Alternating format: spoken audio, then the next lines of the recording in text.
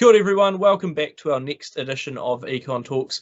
Gareth, we've hopefully had a bit of a relaxing summer, getting out and across the place. There have still been concerns, of course, about Delta. We've seen COVID cases, though, continue to track down, which has been encouraging. We haven't seen that spike that I think a number of people were wary about. The conversation's still, though, much more dominated about the housing market and what we're expecting in the year ahead. What's our crystal ball currently looking like for 2022 in the housing space? Yeah, well, firstly, worth assessing where the housing market is at. I think in the latter part of 2021, we were seeing sales activity still at pretty good levels, not quite at the stratospheric numbers we had in late 2020, early 2021, but still well above the previous 5 years. So sales have been holding up.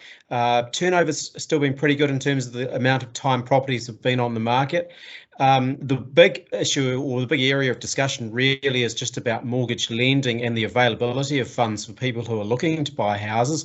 We know that we've had a lot of changes from both the government and the Reserve Bank in terms of LVRs and investor tax requirements, all those sort of things. But most recently, we've got the new Credit Consumer Finance Act and how that's impacting on the housing market. A lot of discussion, which we haven't seen yet in the actual hard numbers coming through in terms of a clampdown of mortgage lending, but that looks like it will be pretty significant over the next few months, and we'll be watching the data closely for that. Generally speaking, when you look across the range of housing forecasts, the housing market is expected to slow in terms of price growth this year. Everybody's forecast, I think, is back into single digits, around about 5% or less, and in some cases, some forecasters are predicting some modest price falls by the end of this year. But I think the issue, of course, is with house prices having been rising at 30% per annum, a house price fall of 3% or even 5% is really a drop in the bucket in terms of some of those affordability issues. So there's still a lot to work through with the housing market, but maybe just early signs, anecdotally at least, that it's starting to slow. We haven't really seen it in the data yet. One of the areas that I think hasn't been slowing, has been holding up quite well, you've been looking at it, has been household spending through the sort of Christmas and holiday period. Yeah, absolutely. I mean, we started off with a pretty good run back with the Black Friday sales and into Cyber Monday. They were pretty confident and upbeat. Of course, focused much more again on those online sales. That shift in just how people are spending. Card numbers, though, over from that period on, looking through that sort of Christmas buy-up period and all the way through to Christmas Eve, showed some relatively healthy figures coming forward. Even Boxing Day was pretty upbeat. Boxing Day this year was a Sunday, so that's always going to drag things down a bit. On the whole, though, I think looking at the numbers, they have held up relatively well. We've certainly seen people get out and spend across the economy. What is interesting, though, looking at those numbers, is that it is still very much a different game depending on what sort of industry and where you might be in the country.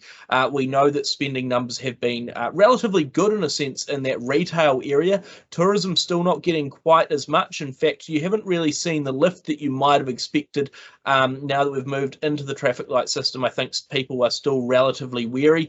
Certainly concerns as well for where that goes in 2022, given we've had a few consumer confidence survey results now pointing towards a slightly pessimistic view of the year ahead. Those sort of tailwinds that we were seeing and worried about looking like they might come to bear a little bit more in 2022. On the upside, though, giving us a little bit more confidence, we've seen job numbers still in a very healthy regard. Monthly job additions in November up 0.4% in the month. Some incredibly strong numbers, really, again, across the board. We saw a good resumption coming out of Auckland. We saw numbers in construction and similar continuing to go higher and higher. So that was all positive. The big one for me was that your wage pressure looks like it continues to build. We saw the earnings per filled job at a record high with data going back over 20 years now. That, in my mind, does highlight that there is a lot of work to be done. There's a lot of demand still for economic activity. We're not able to find necessarily the right resources in a sense, and so there is that thinking of, well, perhaps businesses are going to have to shell out more this year to keep and retain their workers and also to bring new ones in. So there's a lot there. And then if we look at even building activity, still a fair bit of momentum and activity moving through there. However, very much some early signs, I think, that, there might be a bit of a levelling off just because the building sector can't, in a sense, do a huge amount more. You know, there's only so much. We hear about the difficulties in finding materials. We hear about the difficulties finding labour. So, you know, things certainly still in an upbeat position. But, I mean, there are always those challenges that we face ahead. There's always some dark clouds on the horizon. And I guess, Gareth, at the moment, there's probably more of those than ever with the likes of the Omicron outbreak. I mean, what's our thinking around how that might turn out for New Zealand this year?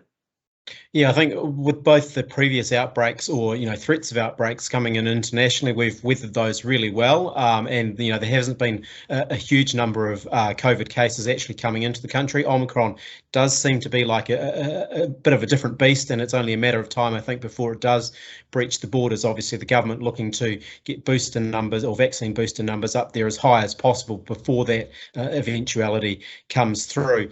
I mean, I think there's a lot of optimism in terms of those indicators we've talked about, but that risk of Omicron does hang over the fact that people potentially, if you look forward 6 months down the track, could be more scared or more worried about going out because of the infectious nature of it. And we are seeing signs of that internationally in terms of, you know, people eating out at restaurants and that type of thing, and some of the other spending trends impacting Omicron, negatively impacting on those because people are less willing to go out and more wanting to stay home. On top of that as well, there's concerns about just the absenteeism that you're getting internationally with so many people either sick or having to isolate and stay at home because they may have the virus. And so it does speak again to a lot of those sort of supply chain issues, both domestically and internationally, the availability of labour issues as well. So while the demand might be a bit softer going forward, I think the real concern still has to be about the economy's ability to actually supply and meet that demand, even if it is running at slightly lower levels, because workers and businesses potentially going to be hit through the course of this year. And so it's quite an interesting sort of dichotomy or situation that the Reserve Bank and other policymakers will be looking at, because the response in terms of a hit to demand is quite different to the response that you have in terms of those supply restrictions. And if supply is going to continue to be the big issue, it does speak to some of those pricing and inflationary pressures, which we've seen, of course, intensifying through 2021. They could still well be there right throughout 2022 and demanding potentially, you know, higher interest rates or other action from the Reserve Bank as well. Yeah, so, and I think, I mean, that point around demand and supply being two very, very different factors, you know, it's worth reiterating. We haven't really seen a proper supply shock since almost the 1970s with the oil shocks. You know, everything else has been a bit more demand driven, and you can stimulate demand with a bit more cash into the system and things like that. With supply, you can't just magic up more wood or more people.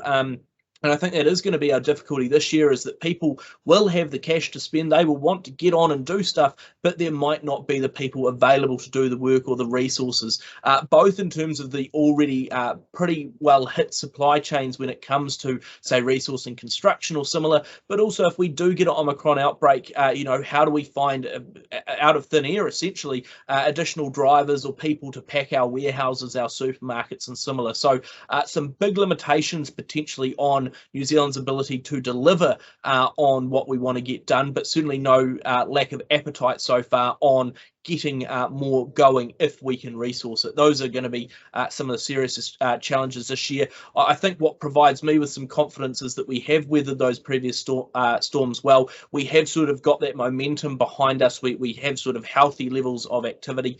It is going to be trying to resource that going forward, and looking at how the globe is also responding. New Zealand is still a small fish in a very big pond in a sense, and we will you know, be hit by some of those global forces as we move throughout the year. You know, it is the start of the year, though. We'll continue to assess a lot of these things as we continue to get more information, as we see how New Zealand goes through and battles Omicron, both stopping it getting here too soon, and let's be realistic, when it eventually breaks out, how we're going to deal with that. We'll monitor that and a whole lot more across our various Econ Talks throughout the year, and we'll catch you again on one of our future editions very soon.